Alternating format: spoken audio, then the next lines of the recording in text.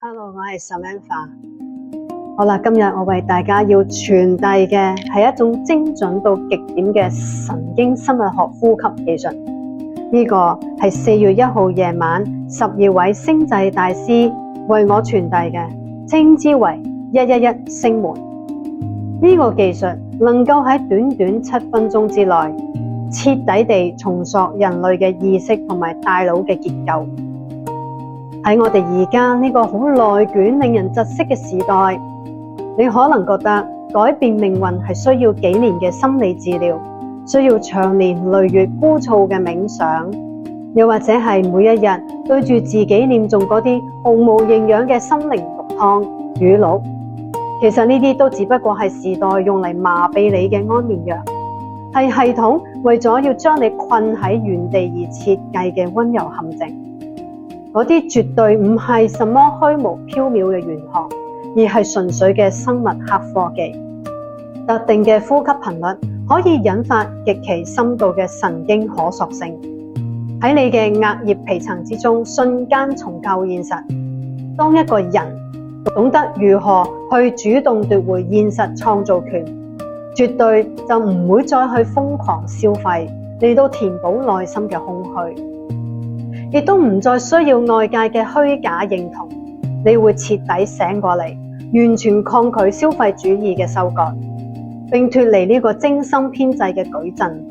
現在嘅神經科學直到今天先至開始勉強地追趕上我哋東方古老智慧嘅腳步。接住落嚟，我會為大家揭開，就係可能係嗰啲金字塔頂端嘅人絕對唔想我哋知道嘅真相。咁我為大家拆解一下，當我哋正確呼吸嘅時候，你嘅頭骨嘅裏邊到底會發生咩事？喺呢一度，你嘅迷走神經就會扮演住至關重要嘅角色。迷走神經係你身體裏邊最長嘅腦神經，佢就好似一條連結住你嘅腦幹、心臟、腸道仲有肺部嘅超級高速公路。當你特定地以某種模式操縱你嘅呼吸嘅時候，你實際上就係發出強大嘅電信號。呢個信號係可以將你嘅神經系統從疲憊嘅生存狀態直接切換到巔峰創造嘅模式。好啦，而家請你停落嚟，立即去做3次正常嘅呼吸，仔細地去感受一下你剛才嘅嗰種淺淺嘅無意識呼吸模式，就正正係將你困喺當前現實裏邊嘅罪魁禍首。你一直為咗生存而呼吸，而唔係為咗創造而呼吸。你一直喺受限制咁樣去提供氧氣，而唔係為生命嘅擴張提供能量。呢個就係點解你覺得每一日都喺度拼命內捲，卻依然原地踏步嘅原因。你嘅每一次短促呼吸都喺度話俾你嘅大腦聽，你好危險，你需要防禦，你必須繼續呢個永無休止嘅倉鼠輪裏邊奔跑。而有趣嘅地方就喺呢一度啦。最近有研究表示，控制呼吸嘅技術係能夠將大腦裏邊嘅伽馬波活動增加，而最高係可以達到700%，運行到30到100赫茲嘅伽馬波。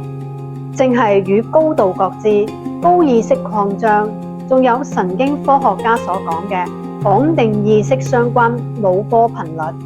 就喺呢個瞬間，零散嘅神經網絡會突然同步，並創造出全新嘅現實。試想象一下，如果你每一次嘅呼吸都係為咗升級你神經架構而刻意設計嘅，咁樣你將會爆發一個點樣嘅潛能呢？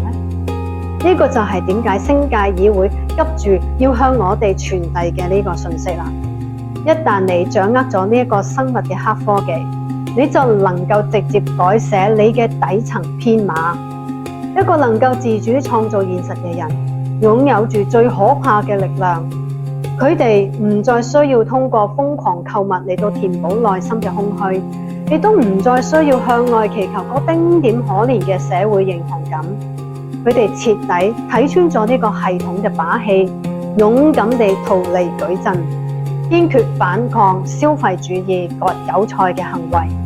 當你不被焦慮支配，不被物慾挾持，你就唔再係佢哋可以隨意擺佈嘅底層勞動力。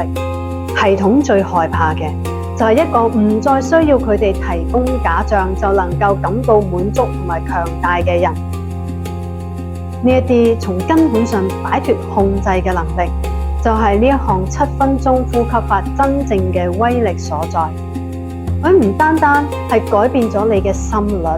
佢亦都係會將你從一個被動接收指令嘅機器，重塑為一個主動改寫宇宙法則嘅創造者。111聲門嘅呼吸法，遠遠唔單止係改變你嘅心率，佢會直接瞄準你嘅網狀激活系統。呢個係你大腦嘅核心過濾機制，決定咗你能夠感知到點樣嘅現實。絕大多數嘅現代人網狀激活系統裏邊，早就已經被童年創傷、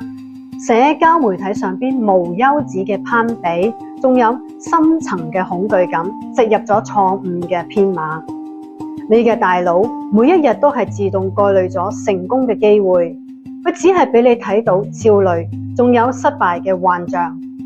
而呢一個呼吸嘅模式，唔單止係為咗俾你放鬆，佢亦都係喺度暴力地破解你感知過濾器，重新去打開嗰啲童年時起處於休眠狀態嘅神經通路。你嘅大腦有3個截然不同嘅處理中心。當呢3個中心去通過特定嘅呼吸頻率達到同步嘅時候，就會創造出一種極強大嘅量子相干狀態。呢個絕對唔係什麼虛無縹緲嘅心靈雞湯，而係可以被精密儀器測量嘅眼核神經科學。當你嘅杏仁核、前額葉皮層仲有前扣帶回皮層同時進入同步嘅伽馬波狀態，你嘅大腦就會直接變成一個強大顯化嘅天線。呢個時候，伽馬路波嘅同步率就會瞬間飆升到700%，就好似俾一台嚴重卡機嘅舊電腦強制拔出電源重啟一樣。呢一項技術能夠喺你網狀激活系統裏邊所有嘅負面緩存一鍵清空，然後再喺重啟嘅嗰一瞬間，你呢個3大核心腦區會喺量子層面上邊產生強烈嘅糾纏同埋連結。111呢個數字絕對唔係隨機捏造嘅，佢代表咗觸發神經科學家所講嘅跨頻率耦合嘅最佳呼吸次數。喺呢個狀態之下，唔同嘅頻率嘅腦波會開始互相交流，並會成倍地放大彼此嘅能量。你可能嘗試過畫願景板、許願，嘗試過無數次吸引力嘅法則，但係毫無效果。點解會係咁樣㗎？因為你嘅表層意識係極度渴望財富同自由，但係你嘅底層神經系統咧，係又不斷散發住貧窮、匱乏仲有恐懼嘅低頻震動。你嘅大腦同埋心臟係處於嚴重嘅頻率衝突之中，而呢個黑科技就係為咗強行打破呢個系統紊亂，佢通過物理層面嘅操作，強制喺你嘅大腦同埋心臟達到完美同步。你嘅呼吸唔單止淨係吸入氧氣，佢係下載緊同埋傳輸高頻量子嘅信息。網狀激活系統嘅錯誤編碼會被徹底修復之後，你將會第一次真正睇清呢個世界嘅底層邏輯。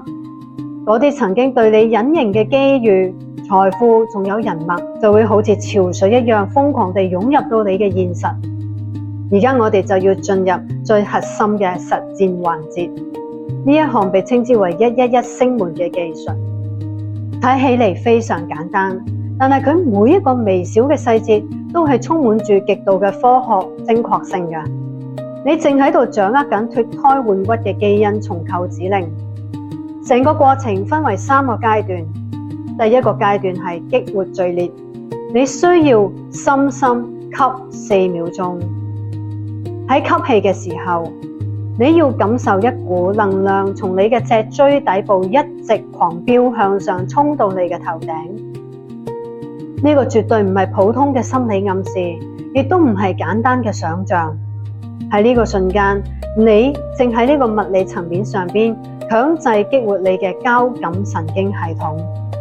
你嘅大腦正係瘋狂分泌虛甲腎上腺素，呢個係喚醒你沉睡潛能嘅終極化學性嘅事情嚟㗎。然後緊接住嘅就第二個階段，深度重塑。你需要極其緩慢嘅呼氣8秒鐘，千萬要記得，呼吸嘅時間必須要比吸氣長整整1倍。呢個動作會立即觸發你嘅副交感神經系統，等一個叫做伽馬胺基丁酸嘅神經遞質，就好似洪水一樣淹沒你嘅大腦。呢個物質能夠創造出一種極度放鬆，具有無比敏銳嘅清醒狀態。呢一個係進行現實顯化不可或缺嘅完美溫床。喺呢個長達8秒鐘嘅呼吸過程之中，你排出嘅絕對唔只係廢氣，你係淨係毫不留情地清理緊嗰啲限制性嘅神經回路，摧毀舊有嘅自我懷疑，為全新嘅現實騰出巨大嘅空間。然後就係最關鍵嘅第3階段，亦即係最深層嘅秘密。量子停頓。呢個呼氣完全結束之後，你需要徹底閉住呼吸整整2秒鐘。請你要極度重視呢2秒嘅絕對靜止，喺冇任何氧氣交換嘅真空地帶，你嘅腦波會瞬間跌落西塔頻率。呢個正係你喺極度深度嘅冥想同清明夢裏邊先至會體驗到嘅神聖狀態。喺呢個時候，你呢個喋喋不休嘅表層意識就會被逼退場，你浩瀚嘅潛意識大門會被徹底炸開，變成咗一塊可以隨意寫入新編碼嘅超級硬盤。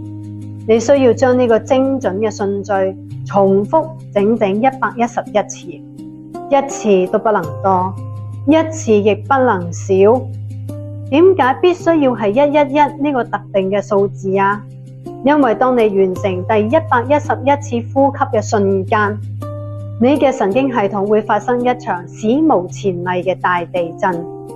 你大腦裏邊默認嘅模式網絡，亦即係嗰個專門負責製造內耗、攀比同埋限制性信念嘅罪惡區域，會被強制斷電下線。喺呢個神聖嘅瞬間，你唔再係靠思考去幻想一個新嘅現實，你係喺呼吸將呢個新嘅現實直接吸入到你嘅生命嘅裏邊。等我揭開一個真相，點解你以前貼滿牆壁嘅願景板全部都係冇用嘅廢紙呢？因為喺你呢個顯化嘅過程裏邊，缺乏咗最核心嘅單一頻率共振。你嘅大腦表層意識每日都係瘋狂叫囂緊，你需要發財，你需要脫離內卷，